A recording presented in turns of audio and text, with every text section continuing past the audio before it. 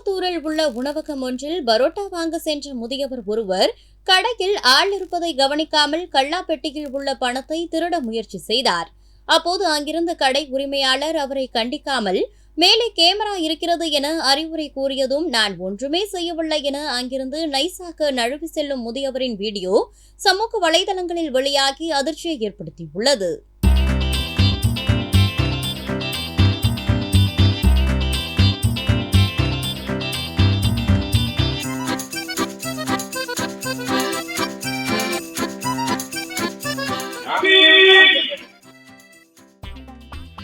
Camera கிட்ட மாட்டிக்கலாம் கொண்டுருவாங்க.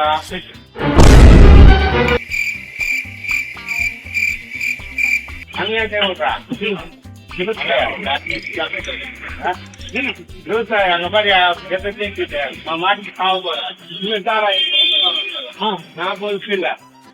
ஆமா. செய்திகளை உள்ளது உள்ளபடி தெரிந்து கொள்ள ரெஃப்ளெக்ட் நியூஸை சப்ஸ்கிரைப் பண்ணுங்க.